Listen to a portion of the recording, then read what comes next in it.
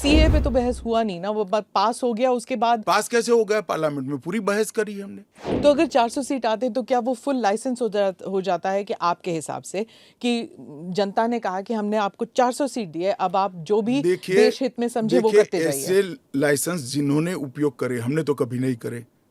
इंदिरा गांधी ने एक बार लाइसेंस का दुरुपयोग किया था और फिर स्वयं चुनाव हार गई थी।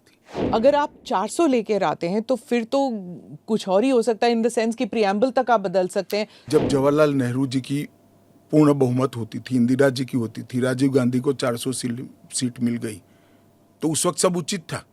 आप कहते हैं कि ये राजनीतिक नहीं है, लेकिन आपके जो राजनीतिक स्पीचेस हैं तेलंगाना में, आपने कहा जब आप अपने वायदे गिनते हैं कि ये वायदे हमने पूरे किए, तो सीए भी उसमें है, तो इसमें राजनीतिक कहाँ से हो गया? तो फिर आपके वायदे हमारा एक वादा था कि देश के अर्थतंत्र को सुधारेंगे, तो क्या अर्थतंत्र मत सुधारो, पॉलिटिक्स कर रहे हो। फिर राजनीतिक कहाँ से हो गया?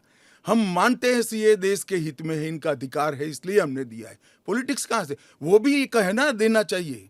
अगर राजनीतिक फायदा है तो उनको कौन रोक रहा है?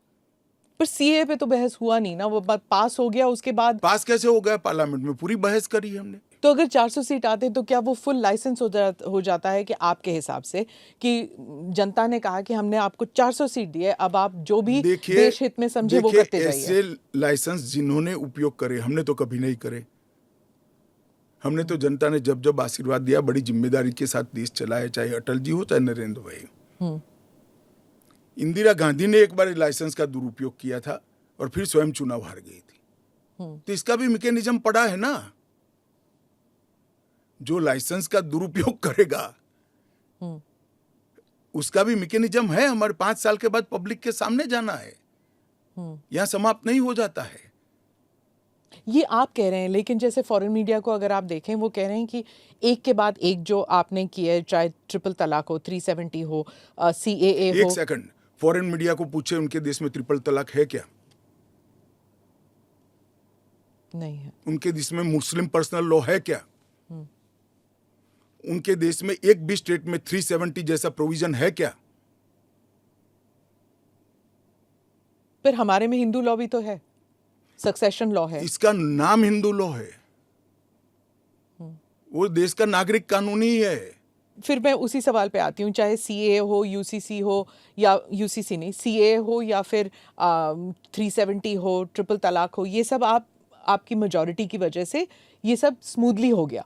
अगर आप 400 लेकर आते हैं तो फिर तो कुछ और ही हो सकता है, इन द सेंस कि प्रियम्बल तक आप बदल सकते हैं, सोशलिज्म हटा देंगे, सेक्युलरिज्म हटा देंगे। हमारे संविधान की रचना करते वक्त ये सारी चीजें बहुत सोच समझकर बनाई गई हैं।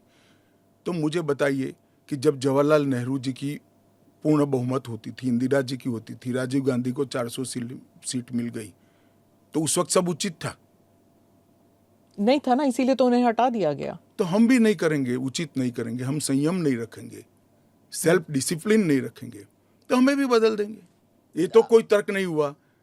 देखिए, नरेंद्र मोदी के पास, इस देश के प्रधानमंत्री के पास 10 साल का ए ग्रेड पास्ट रिकॉर्ड है और 25 साल का प्लानिंग है। 25 और साल 25 साल टोटल का प्लानिंग उन्होंने बनाया है कि 15 अगस्त 2047 को भारत पूर्ण विकसित भारत होगा। और उन्होंने पहली बार सरकार की मदद से नहीं, देश के 130 करोड़ लोगों को आह्वान लेकर संकल्प करा है कि सभी लोग जुटे, और ये 25 साल भारत को महान बनाने के 25 साल है। और मुझे बड़ा गर्व है कि मेरे नेता के आह्वान पर पूरा देश आज इस संकल्प से संकल्पित होकर अमृत काल के लिए तैयार होकर खड़ा है। इसके साथ साथ इस देश में गुड गवर्नेंस, इस देश के अर्थतंत्र को दुनिया के प्रमुख अर्थतंत्रों में शुमार करना, दुनिया भर के टेक्नोलॉजी और R&D के लिए एक प्लेटफॉर्म बनाना, भारत को मैन्युफैक्चरिंग का हब बनाना, भारत को हर क्षेत्र में आत्मनिर्भर बनाना, इस देश की शिक्षा व्यवस्था को दुनिया के साथ और दुनिया से आगे ले जाने का प्रयास करना, ये सारी चीजें हमने करी है।